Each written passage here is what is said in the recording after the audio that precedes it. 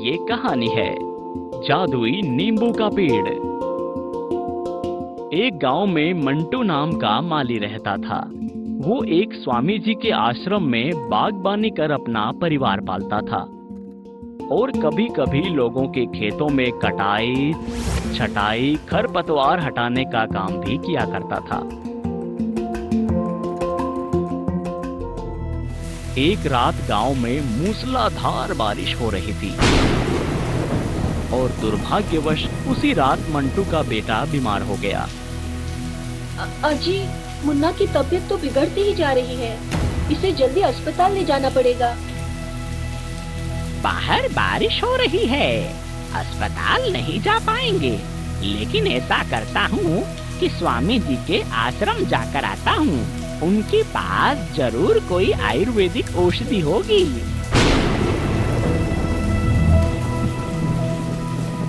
और मंटू आधी रात को मूसलाधार बारिश में आश्रम पहुंच जाता है।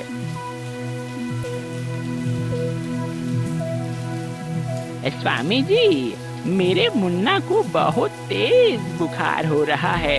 इस बारिश में अस्पताल भी नहीं जा पा रहा हूँ।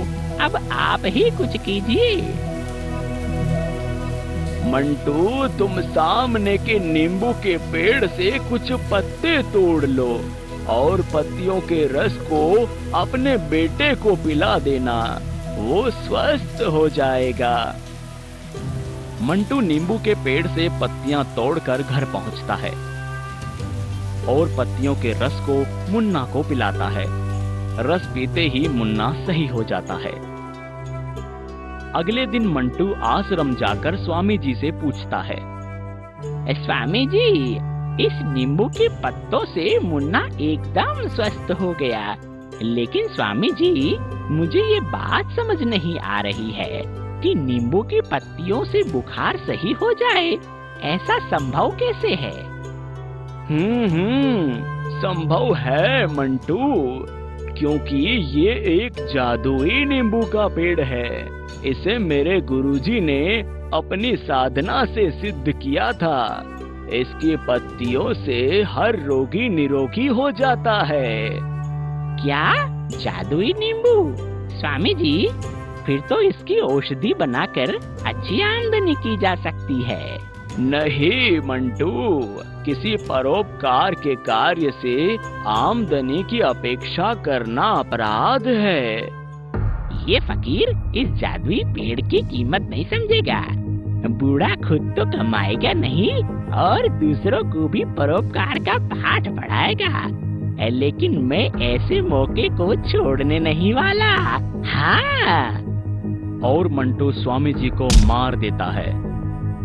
स्वामी जी को मारने के बाद मंटू जादुई नींबू की पत्तियां इकट्ठी कर परिवार के साथ पास के गांव में चला जाता है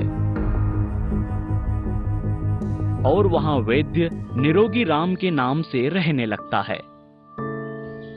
सुनो सुनो सुनो, गांव में दूर प्रदेश से महान वैद्य रहने आए हैं।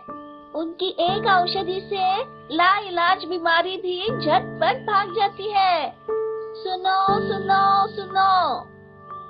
गांव में नए वैद्य की बात सुनकर गांव के सेठ सेठानी मंटू के पास अपने बेटे का इलाज करवाने आए। अरे वैद्य जी, मेरे बेटे का कोई इलाज करिए ना। उसको किसी डॉक्टर हकीम की दवा नहीं लगती हो। अब तो बस आपसे ही आस है हो। सेठ के बेटे को कुछ देर देखने के बाद मंटू वैद्य बोला, इलाज तो हो जाएगा सेठ जी, लेकिन फीस 5,000 रुपए लगेगी।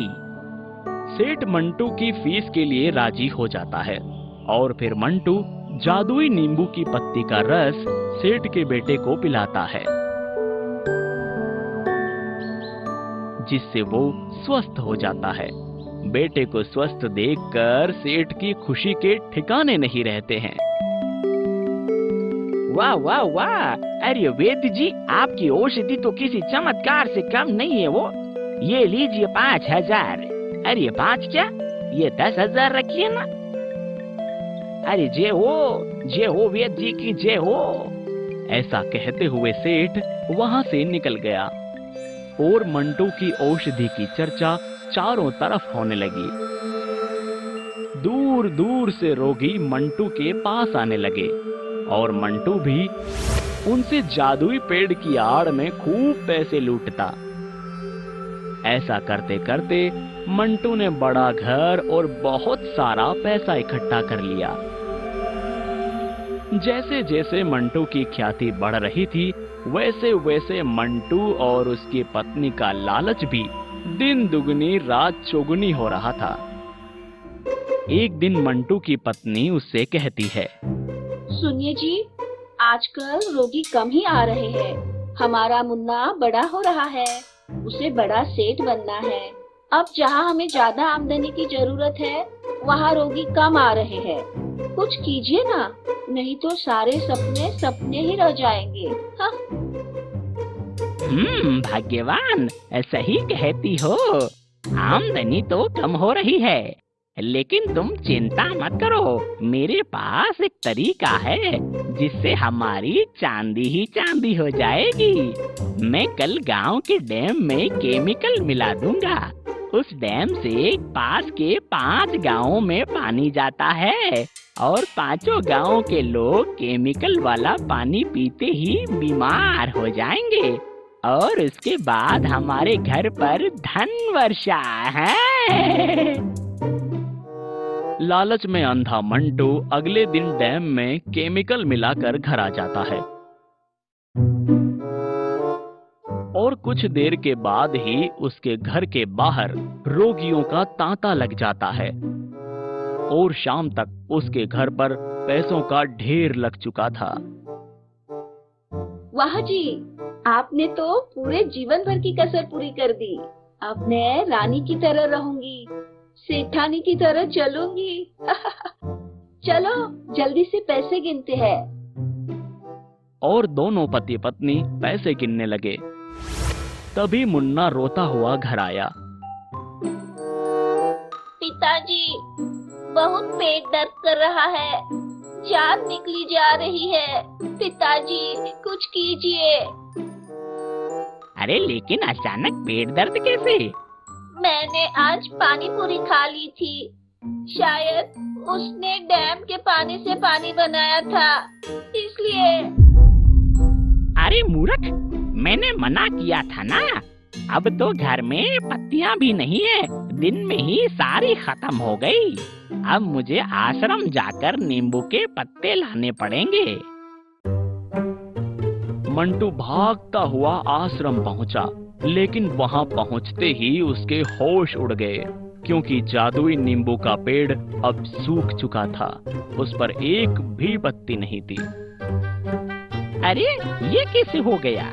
इस पेड़ को क्या हुआ? अरे भाई साहब, डैम का पानी दूषित हो गया है, उसी की वजह से ये सब हुआ है। अब क्या इंसान और क्या पेड़, सब बीमार पड़ गए। ये सुनते ही मंटू की आंखों से आंसू बहने लगे।